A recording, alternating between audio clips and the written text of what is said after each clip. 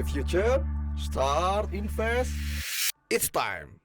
The best saving is investment.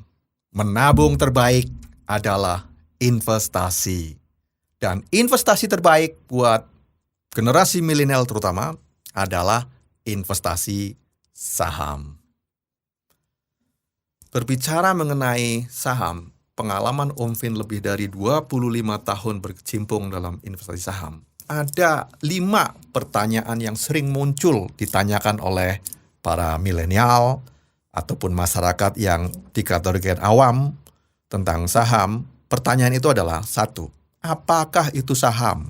Pertanyaan kedua adalah, lantas saham apa yang layak untuk dibeli? Pertanyaan ketiga, disebut-sebut saham lebih cocok untuk investasi jangka panjang. Apakah itu benar? Dan pertanyaan keempat adalah, apakah itu IHSG? Ini sering sekali dibaca oleh masyarakat ataupun kaum milenial di dunia publikasi ya, seperti misalnya majalah, surat kabar, website, dan lain-lain sebagainya. Kemudian pertanyaan terakhir atau pertanyaan kelima adalah, apakah saham itu cocok untuk kaum milenial? Teman-teman investasi, teman-teman Om Vin semuanya, pada episode Om Vin kali ini akan membahas tentang investasi saham. Dan kita bahas saham itu apakah menjadi instrumen investasi yang cocok untuk tujuan jangka panjang. Berbicara mengenai saham, Om Vin akan bicara mengenai definisi saham terlebih dahulu. Sebenarnya definisi saham itu tentu saja banyak, lebih dari 1. Tetapi Om Vin akan coba kutip definisi menurut Bursa Efek Indonesia. Definisi saham menurut Bursa Efek Indonesia adalah bukti kepemilikan atas perusahaan yang merupakan klaim atas pendapatan, kekayaan yang dimiliki oleh perusahaan. Jadi, teman-teman investasi, kalau teman-teman nanti suatu saat pulang ke kampung pada saat lebaran, pada saat Natalan, Waisakan, atau liburan, bisa bicara sama orang tua sama handetolan, sayalah pemilik saham Telkom. Sayalah pemilik perusahaan Astra International Indonesia. Sayalah pemilik saham Bank Sentral Asia. Secara definisi sah dan meyakinkan, itu benar. Hanya mungkin terlalu sombong. Mungkin Anda punya hanya 100 lembar saja sudah sombong seperti itu. Saham siapa? Tentu saja yang Om Vin akan bahas adalah saham-saham yang kepemilikannya sudah dijual ke masyarakat. Atau istilahnya adalah saham go public ataupun saham yang sudah listed di Bursa Efek Indonesia terutama. Nah, berbicara mengenai saham yang sudah listed, istilahnya bisa kita sering baca di koran-koran ataupun di media elektronik yang lainnya. Kita sebut adalah sebagai emiten ataupun perusahaan-perusahaan yang dengan mudah nanti sahamnya bisa diperjualbelikan oleh siapapun yang menjadi investornya. Dan kapanpun kita mau melepasnya atau menjualnya juga bisa dilakukan dengan mudah karena ada pasarnya, yaitu Bursa Efek Indonesia. Nah, saham ini memiliki karakteristik naik dan turun secara cepat karena memang saham diperjualbelikan di Bursa Efek Indonesia. Dalam hitungan detik, menit mereka bergerak naik turun secara bebas berdasarkan apa yang diperjualbelikan oleh para pelaku pasarnya. Sehingga dengan profil seperti ini dan profil yang dimiliki perusahaan, karena perusahaan harus mencetak laba, dan laba kan tidak bisa dicetak dengan hanya waktu yang singkat. Tentu saja proses yang panjang, 1 tahun, 2 tahun, 3 tahun, perusahaan menghasilkan laba. Itulah yang nanti akan diklaim oleh para investornya atau si pembeli saham. Oleh karena itu, nampaknya dengan profil naik turun saham dalam jangka pendek yang mengarah jangka panjang naik, maka ini cocok sekali untuk investasi jangka panjang atau lebih dari 1 tahun periode.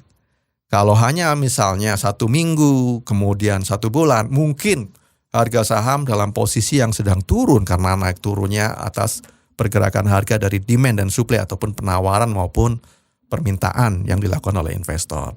Tetapi untuk jangka panjang, tentu saja kita banyak berharap bahwa perusahaan itu juga berkembang, meningkat, tumbuh tinggi dari sisi laba, pendapatan, dan dari sisi yang lainnya yang kita harapkan meningkat, yaitu nilai perusahaannya di kemudian hari. Ada pertanyaan mungkin ya yang dilontarkan ke Om Vin ya. Bisa nggak Om Vin, kalau begitu saya membeli saham perusahaan yang memproduksi kopi kapal api, atau saya membeli saham perusahaan teh botol Sosro. Nah, perlu diketahui teman-teman bahwa kedua perusahaan ini sebenarnya sahamnya belum dijual ke publik, alias belum listed atau belum go public. Bisa nggak kita membelinya? Sebenarnya bisa saja. Kalau kita mau beli kemudian menghubungi pemiliknya ya untuk menawar, boleh nggak saya beli sahamnya dan lain sebagainya. Hanya saja menjadi sangat sulit karena kita harus menghubungi pemiliknya dan iya kalau pemiliknya mau. Apalagi misalnya kita hanya beli tidak terlalu banyak, 100 lembar. Nah, faktor kesulitan itu bisa katakan bahwa ya sulit, nggak bisa lah ya untuk kita beli dengan mudah. Nah, berbeda dengan perusahaan yang sudah dijual sahamnya atau kepemilikannya ke publik ataupun sudah listed di publik. Ya, misalnya banyak perusahaan-perusahaan yang terkenal dan perusahaan besar yang sudah listed ataupun sudah go public. Contohnya, semisal perusahaan PT Gudang Garam, kemudian PT HM Sampurna buat kalian yang masih merokok ya, sangat familiar tentu saja ya. Kemudian perusahaan Astra Internasional, kemudian perusahaan yang produknya kita konsumsi sehari-hari, mandi, kemudian untuk kebersihan dan lain sebagainya seperti Unilever, semuanya sudah listed dan banyak sekali perusahaan-perusahaan yang sudah mencatatkan diri perusahaannya di Bursa Efek Indonesia ataupun sudah bisa dengan mudah kita beli. Nah, berbicara mengenai data nih ya, Om Vin sampaikan sampai dengan bulan Juli tahun 2020 sudah lebih dari 700 saham yang sudah listed. Jadi pertanyaan misalnya dilontarkan oleh teman-teman, lantas saham apa saja yang bisa kita beli? Ada tuh, tinggal pilih 700 lebih ya saham yang kita beli. Dan bahkan bisa dikategorikan bermacam-macam ataupun sesuai dengan tujuan masing-masing. Misalnya teman-teman yang ingin membeli perusahaan-perusahaan yang kategori liquid, ada perusahaan-perusahaan yang sangat liquid. Kemudian teman-teman yang akan lebih ke arah membeli perusahaan-perusahaan yang sesuai dengan prinsip syariah, ada juga banyak. Ya. Dan mungkin teman-teman mau membeli perusahaan-perusahaan yang BUMN, ada banyak. Jadi tergantung pilihannya dan banyak sekali pilihan yang nanti akan bisa teman-teman pilih untuk beli sesuai dengan keinginan dan selera teman-teman semuanya. Nah, pertanyaan berikutnya adalah lantas saham apa yang layak untuk dibeli ya, oleh terutama generasi milenial. Kemudian kalau membeli terus caranya bagaimana ya? Nah, itu yang sering ditanyakan kan. Nah, untuk melihat kelayakan mana yang akan dibeli saham-saham tersebut dan caranya nanti Om Vin akan bahas tersendiri pada episode podcast Om Vin berikutnya ya. Tapi paling tidak sekarang teman-teman sudah tahu ya, mengenali dan sedikit memahami tentang saham itu seperti apa, kemudian apa itu saham dan beberapa hal terkait dengan investasi saham. Tapi intinya saham ini adalah produk pasar modal yang jangka panjang. Artinya apa? Lebih dari 1 tahun biasanya investasinya. Jadi kalau untuk tujuan jangka pendek nampaknya kurang begitu tepat. Kalau toh itu tepat, maka buat teman-teman yang hobinya adalah trading atau dagang, itu bisa sih dilakukan. Hanya saja kalau teman-teman yang agak alergi nih dengan fluktuasi kenaikan dan penurunan harga, tentu saja menggunakan saham ini lebih cocok untuk tujuan investasi jangka panjang. Oke, tadi Om menyinggung mengenai saham itu adalah investasi yang cocok untuk jangka panjang. Om ambil contohnya adalah saham yang legend nih, yang produk-produknya juga kita gunakan sehari-hari. Mau krisis, mau tidak krisis, mau keadaan sulit, mau tidak sulit, kita tetap mandi, kita tetap sikat gigi, kemudian kita membersihkan badan, kita tetap mencuci pakaian dan lain sebagainya, yaitu PT Unilever. Ya, itu sahamnya sudah listed di Bursa Efek Indonesia. Dan beberapa pekan yang lalu, dia baru berulang tahun yang ke-35 tahun listed di Bursa Efek Indonesia. Bayangkan, sudah 35 tahun. Dia sahamnya bisa diperjualkan bebas di bursa ataupun di pasar. Nah, kalau kita lihat dari data yang ada, ya, ini datanya ya. Ini datanya. Kita melihat bahwa tingkat keuntungan kumulatif ya digabung dari 35 tahun berkiprah di dunia pasar modal, dia sudah 1.160%. Wow. Angka yang besar sekali tentu saja. Kalau kita rata-rata per tahun, keuntungan per tahunnya, kita bisa ukur kurang lebih sekitar 33% keuntungan setiap tahun. Nah, bisa bayangkan ya, keuntungan yang besar 33% selama 35 tahun. Ya, rata-rata ini ya. Jadi bisa saja dalam satu tahun tertentu keuntungannya nggak seperti itu, tapi dirata-ratakan kurang lebih sekitar 33%. Nah, kalau kita balik bertanya kepada teman-teman, investasi mana yang bisa menghasilkan tingkat keuntungan sebesar itu? 33% dan konsisten ya, rata-rata selama 35 tahun. Nah, ini sudah menjadi salah satu bukti bahwa investasi saham sangat bagus ya, menguntungkan dan bisa dijadikan sebagai instrumen investasi untuk jangka panjang. Itu baru satu perusahaan. Belum Om Vin bicara mengenai saham-saham yang lainnya yang tentu saja tidak kalah menarik. Sebut saja misalnya saham BRI, Bank Rakyat Indonesia, saham Semen Gresik, ya, saham PT Bukit Asam, Batubara, dan lain-lain sebagainya, saham-saham misalnya saham properti, misalnya Bumi Serpong Damai, Lipo Karawaci, kemudian saham-saham manufacturing yang lainnya ya, yang banyak yang tadi sempat Om Vin sebutkan sekitar lebih dari 700 saham. Mereka memiliki karakteristik yang sangat menarik ya, untuk dijadikan sebagai instrumen investasi. Nah, Om Vin belum bicara mengenai risiko dari investasi saham. Hanya saja risiko saham di samping memberikan tadi keuntungan yang besar, risikonya juga ada. Ya, cukup besar, terutama saham-saham yang nanti kinerja keuangannya atau fundamental istilahnya itu mengalami kinerja yang memburuk.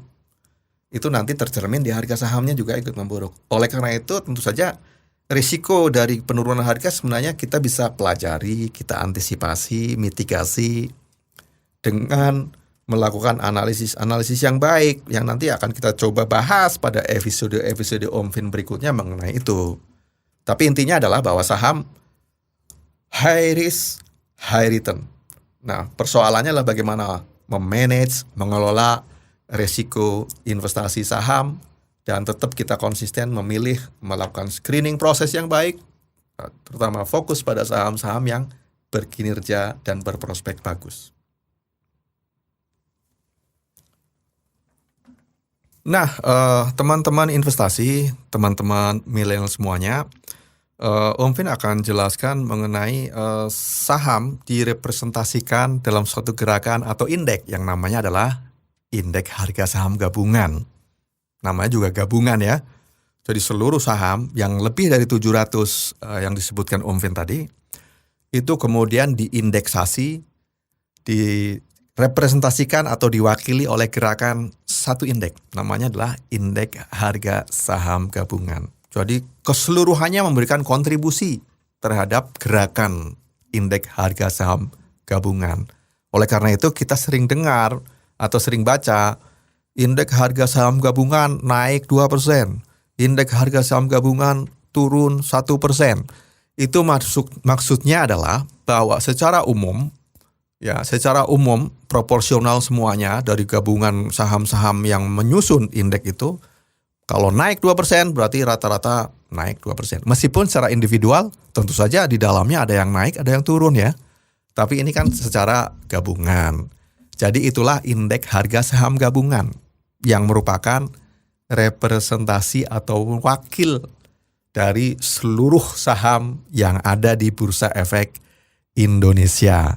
Nah, tentu saja kalau kita bicara data ya mungkin kalau Om Vin lihat rata-rata kenaikan indeks harga saham gabungan kurang lebih antara 15%. Artinya apa? Artinya kita bisa katakan pertumbuhan dari saham-saham di Indonesia itu kurang lebih 5%. Di dalamnya ada yang naiknya lebih dari itu, ada yang mungkin naiknya tidak sebesar 15%, ada yang malah turun, minus ya. Tetapi digabung secara proporsional naiknya 15%.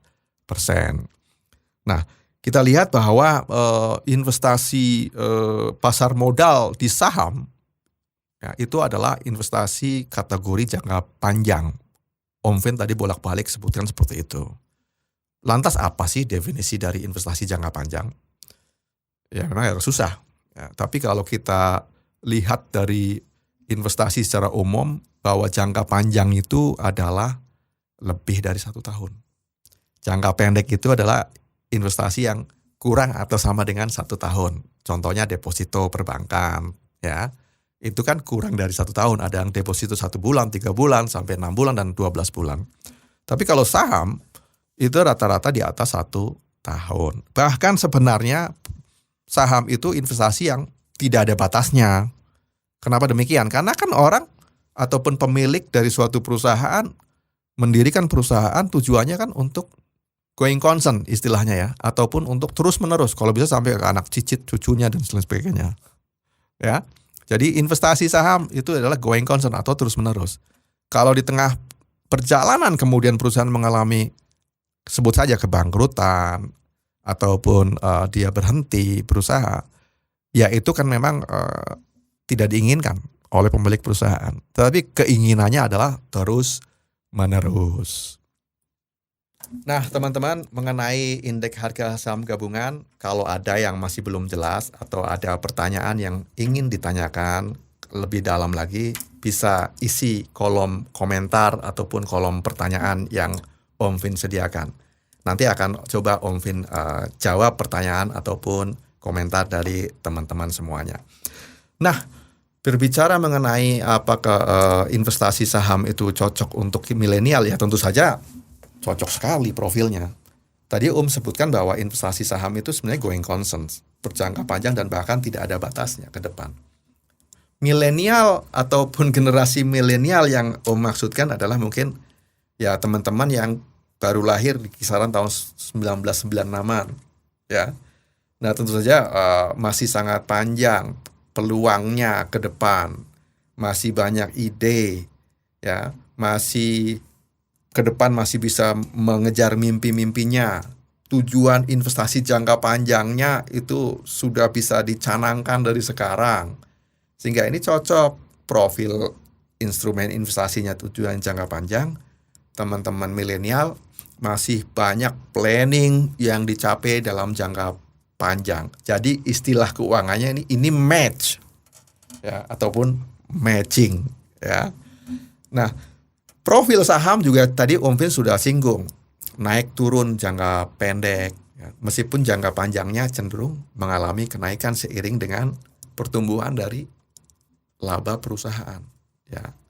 Nah, kalau kita lihat di sini anak-anak muda, anak-anak milenial juga mestinya masih sangat kuat menghadapi fluktuasi jangka pendek dibandingkan dengan generasi yang bukan milenial.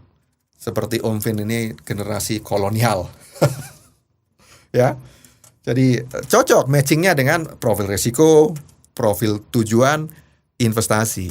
Sehingga Om Vin katakan bahwa investasi saham memang sangat cocok dan tepat untuk teman-teman yang di generasi milenial.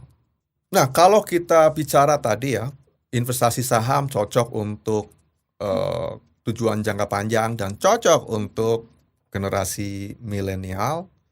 Terus kalau ada pertanyaan, Om Vin, saya mau investasinya jangan jangka panjang, jangka pendek saja. Bisa nggak? Ya bisa saja. Ya, teman-teman bisa lihat saham bisa ditransaksikan setiap hari, setiap menit pada saat Bursa Efek Indonesia katakanlah memang buka ataupun sedang menjalankan transaksi saham tersebut. Jangka pendek tadi Om Vin sebutin juga kurang dari 1 tahun atau mungkin sama dengan 1 tahun. Jadi teman-teman yang mau, saya mau orientasinya investasi saham jangkanya cuma sebulan saja, 3 bulan saja, bisa-bisa saja.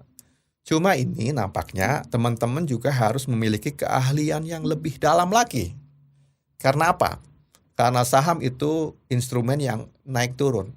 Yang menjadi kekhawatiran adalah misalnya teman-teman masuk ya untuk tujuan investasi 1 bulan, masuk di harga 1.000, pada saat 1 bulan harganya masih dalam kondisi turun. Misalnya Rp700 kan dalam posisi rugi. Nah ini yang dikhawatirkan. Oleh karena itu ada strategi, ada tambahan ilmu lagi yang harus teman-teman pelajari lebih dalam lagi untuk tujuan investasi jangka pendek. Misalnya menggunakan analisa teknikal, analisa gerakan harga, supaya teman-teman seperti para surfer yang ada di Pantai Kuta Bali. Jangan sampai kebalik. Ya, pada saat ombaknya lagi naik, teman-teman nyungsep ke bawah. Atau sebaliknya, pada saat ombak lagi turun, teman-teman lagi posisi naik. Jadi nggak matching. Ini berarti resikonya tinggi untuk tujuan investasi jangka pendek. Diperlukan skill ataupun teknik ataupun kemampuan yang lebih dalam lagi. Tetapi again and again Om Vin katakan kalau untuk tujuan investasi jangka panjang relatif lebih aman. Karena apa? Karena teman-teman itu tidak terlalu sensitif terhadap gerakan yang jangka pendek yang terjadi. Kita hanya fokus pada jangka panjang perkembangan dari saham perusahaan yang kecenderungannya naik dan matching dengan tujuan investasi jangka panjang dari teman-teman semuanya. Nah kalau begitu bisa dong Om, saya bagi tujuan jangka pendek, jangka panjang, menengah, wah bisa sekali. Itu tergantung teman-teman semuanya. Tapi intinya adalah bagaimana untuk jangka pendek teman-teman bisa proteksi risiko dari penurunan saham. Jangka menengah juga demikian. Ya, kalau teman-teman aware terhadap itu, maka tentu saja bisa mix ataupun dibikin seimbang. Jangka panjang punya, jangka menengah punya, dan jangka pendek juga memiliki investasi di saham seperti itu. Tapi idealnya ya, bukannya Om Vin merendahkan teman-teman ataupun membuat teman-teman kurang nyaman ya. Biasanya kan generasi milenial itu dari sisi pendapatan ataupun dari sisi uang yang dimiliki kan masih relatif kecil. Rata-rata loh ya, meskipun ada juga yang tajir melintir. Nah kecil kan kalau misalnya terlalu banyak dibagi tujuan jangka pendek, menengah, panjang, ya tentu saja mungkin ada kendala misalnya ketidaktercukupan dana untuk membagi-bagi tersebut. Mungkin lebih baik fokus misalnya untuk tujuan jangka panjang. Jadi ada istilah namanya compound of interest. Jadi semakin teman-teman awal investasi jangka panjang saham yang menarik nih ya keuntungannya, maka hasil yang diperoleh nanti di jangka panjang itu akan sangat besar ketimbang teman-teman untuk tujuan investasi jangka pendek. Itu saran dari Om Vin ya. Karena Om Vin berkali-kali katakan bahwa selagi masih di generasi milenial, investasi saham untuk tujuan jangka panjang itu sangat cocok dan tepat. Sekali lagi Om Vin ulangi kalimat pembuka tadi dari Om Vin adalah menabung yang terbaik adalah investasi. Memang kita melihat bahwa investasi itu menjadi bumper di kemudian hari. Kalau di tengah jalan terjadi sesuatu yang tidak kita harapkan dan cukup mengganggu kehidupan kita. Ya, sebut saja kita teman-teman milenial setelah ini kemudian bekerja, memperoleh pendapatan, memperoleh tabungan pensiun dari perusahaan, ya. Tetapi kita tidak tahu masa depan di tengah jalan, tidak tahu akan terjadi seperti apa. Seperti yang sekarang terjadi misalnya tiba-tiba ada pandemik COVID-19 ataupun wabah yang lainnya dan lain sebagainya yang bisa bergejolak di dunia ini ya. dan kita ternyata tidak bisa meneruskan pekerjaan itu, alias kita misalnya di PHK dan lain sebagainya. Sehingga apa? Dana pensiun ataupun dana keuangan yang kita kumpulkan ternyata di tengah jalan tidak sesuai harapan. Padahal kita akan hidup lebih panjang lagi, katakanlah seperti itu ya.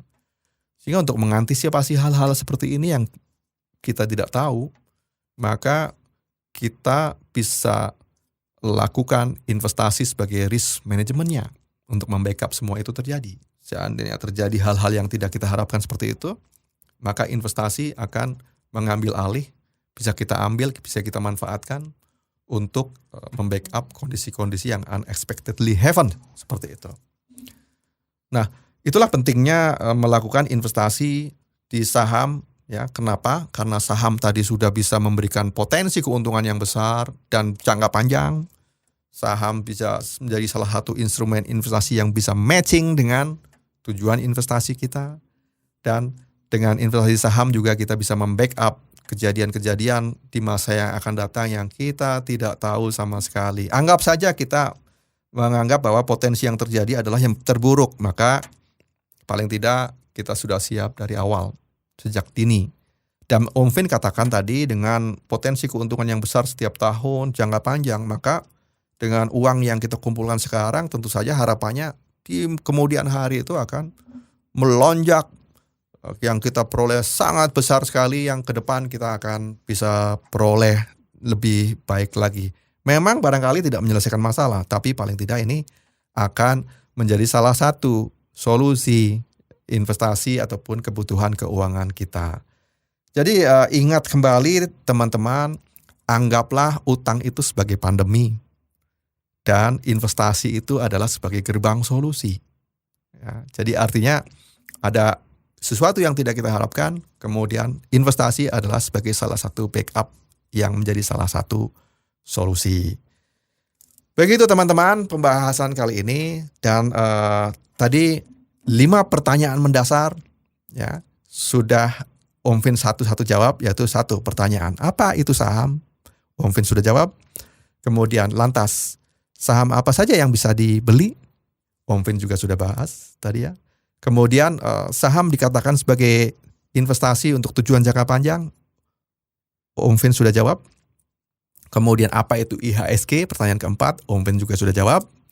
Dan pertanyaan kelima adalah apakah saham itu memang cocok untuk investasi bagi generasi milenial, juga Om Vin sudah jawab. Jadi kelima-limanya sudah Om Vin jawab.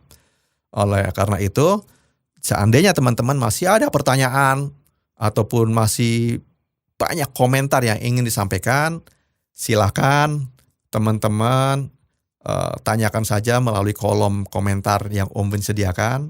Nanti Om Vin akan jawab satu persatu. Dan juga apabila rekan-rekan menghendaki Om Vin menghadirkan narasumber yang bisa memberikan pencerahan atau penjelasan lebih dalam, silahkan usulkan saja di kolom komentar Om Vin. Nanti siapa tahu Om Vin bisa datangkan untuk Om Vin wawancarai di podcast Om Vin berikutnya. Itu yang bisa Om Vin sampaikan. Kalau kiranya teman-teman nanti ada pertanyaan yang lebih dalam lagi, silakan tulis kolom komentar. Jangan lupa, dan tetap investasi sejak dini bagi kaum milenial, investasi sekarang juga, dan jangan lupa terus invest.